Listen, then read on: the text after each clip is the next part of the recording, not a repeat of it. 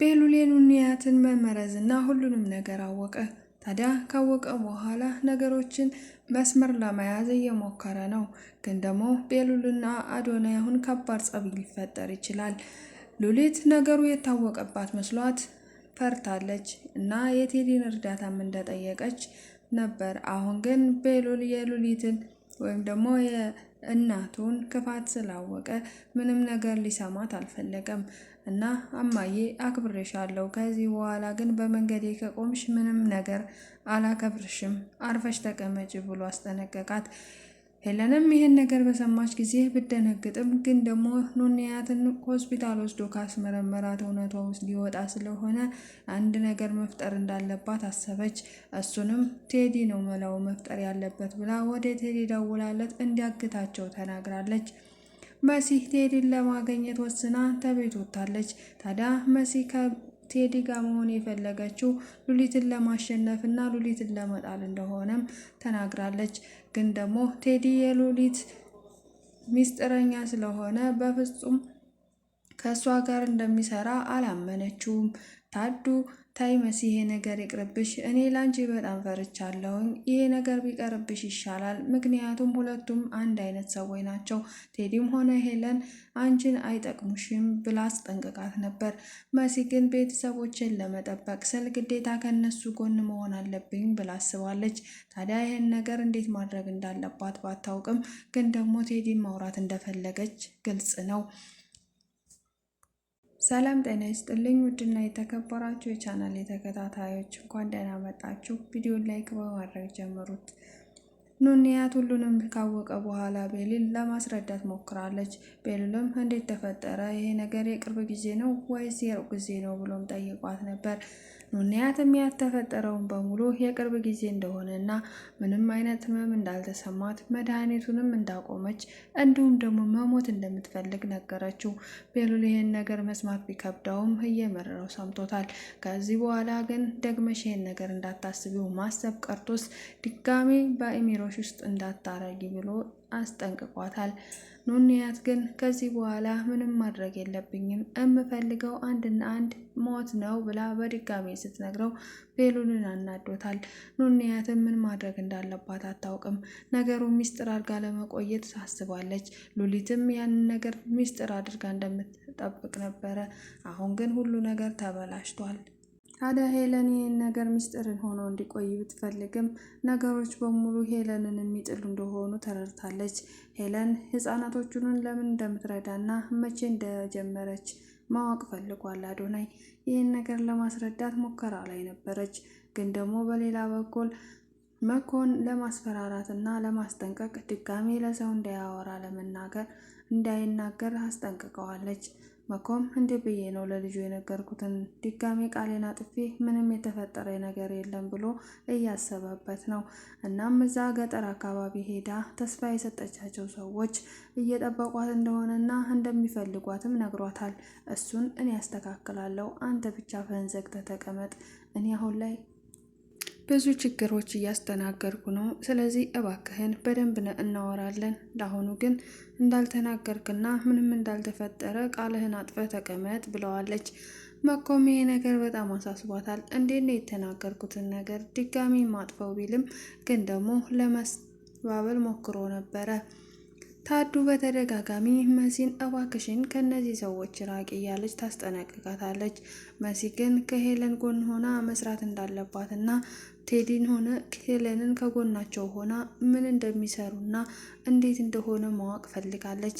እናንም ቴዲን አግኝታ ለማውራት ወስናለች። ቴዲን ካወራችው በኋላ ግን ሄለንን እንደሚጥሏትና ከመጥፎ ስራዋ እንደሚያስጥሏት ተናግሯል። ቴዲ ከመሲ ጎን እንጂ ከዚህ በኋላ ከሄለን ጎን እንደማይሆንም ደጋግሞ ነግሯታል። መሲ ግን ልታምነው አልቻለችም።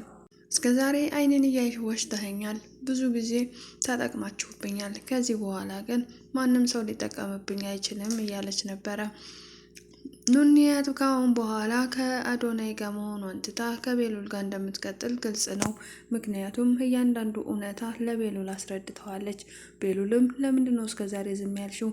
ለምን አልተናገርሽም? ቢሎ ቢናደድም እንኳን አሁን ከዚህ በኋላ የቀረውን ነገር እሱ እንደሚያስተካክለው ነው እና ከዚህ በኋላ ከእሷ ጎን እንደማይርቅ ሰው በሚያስፈልግ ሰዓት እንዴት ሰው አልፈልግም ብለሽ እምቢ እንዳልሽኝ ባላውቅም ከዚህ በኋላ ምንም ብትይኝ ከአንቺ ጎን ነው መሆነው።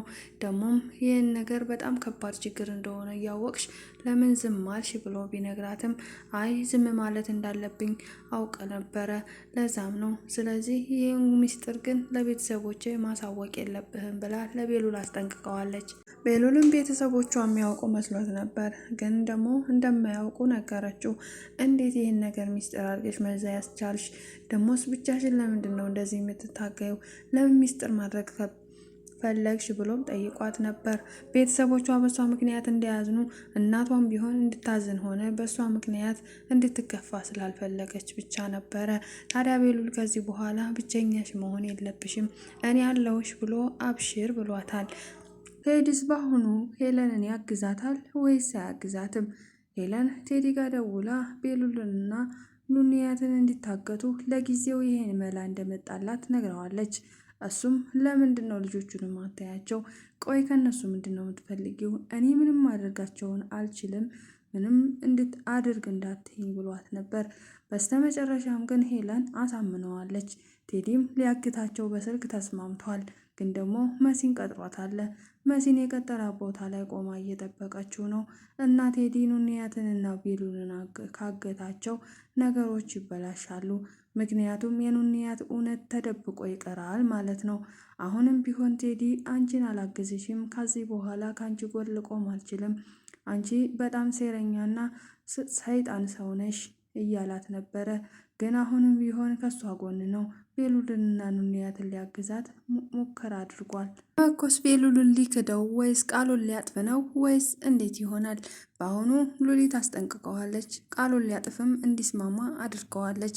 ይሄ ነገር ቃሉን አጥፎ እሱ ከእሷ ጋር ከተስማማ በጣም ከባድ ነው የሚሆነው። ነገሮች ተደባብቀው ይቀራሉ። ሄለንም ሚስጥሯን በጎዩ አርጋ ትቀጥላለች ማለት ነው። ያ ማለት ህፃናቶቹንም እሷ እንደፈለገች ታደርጋለች። ስለዚህ ቤሉልና አዶናይም የሄለንን ሚስጥር ሊያውቁበትም ሆነ ሊደርሱበት አይችልም። ግን ደግሞ አንድ ነገር አለ። ናሆም ስለ ሄለን እያንዳንዷ ነገር እንዲሁም ደግሞ ስለ ቴዲ እያንዳንዱ ነገር ያውቃል።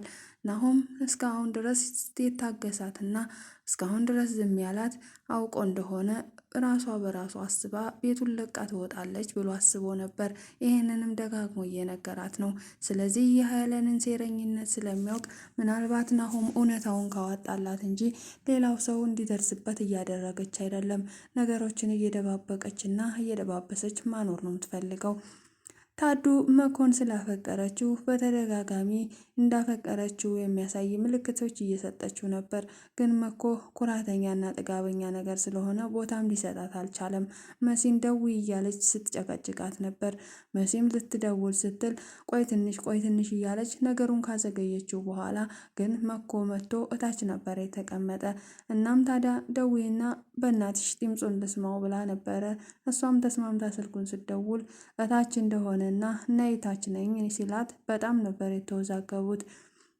ታዱም እየሮጠች ወደ ታች ስትሄድ መኮ ቁጭ ብሎ ነበረ እና ነገሮችን ለማስመሰል ሞክራለች።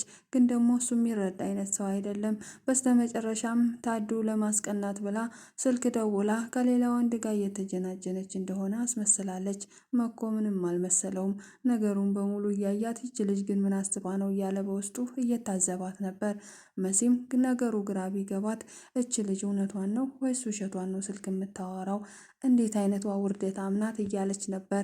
በስተመጨረሻም ስልኩን አልዘጋ ብላ ወሬዋን ስትቀጥል መሲ ዛሬማ ውርደትሽን ታየዋለሁኝ፣ እስኪ ቆይ ስልክሽን ልሞክር ብላ ስልኳን በድብቅ ስደውልላት ስልኩ በባዶ እንደሆነ የምታወራው ገብቷታል።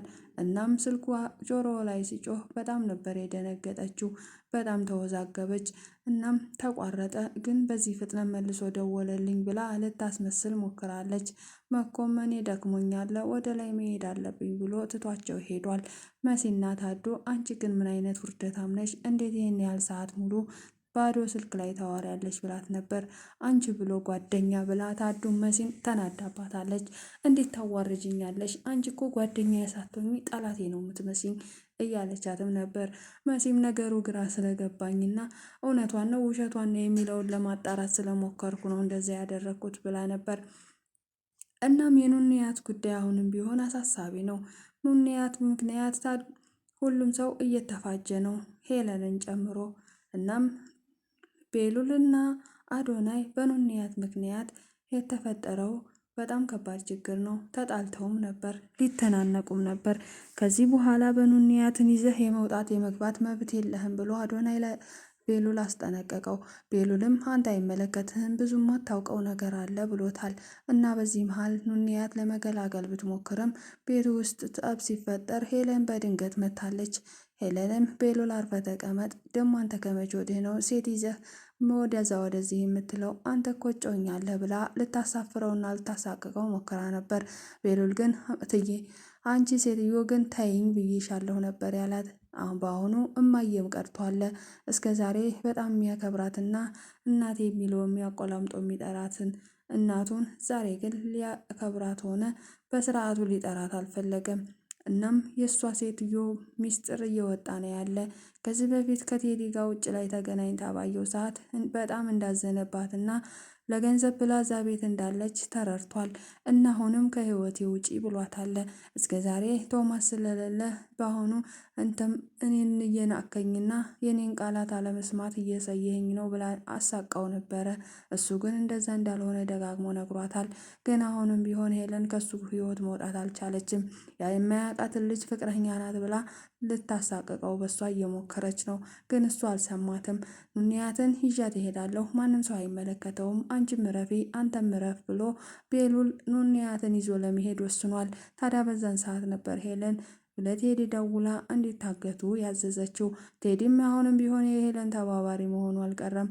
አሁንም እስከ ዛሬ ከአንቺ ህይወት ላይ አስወጭኝ ብሏት ነበር፣ ግን አሁንም እያገዛት ነው።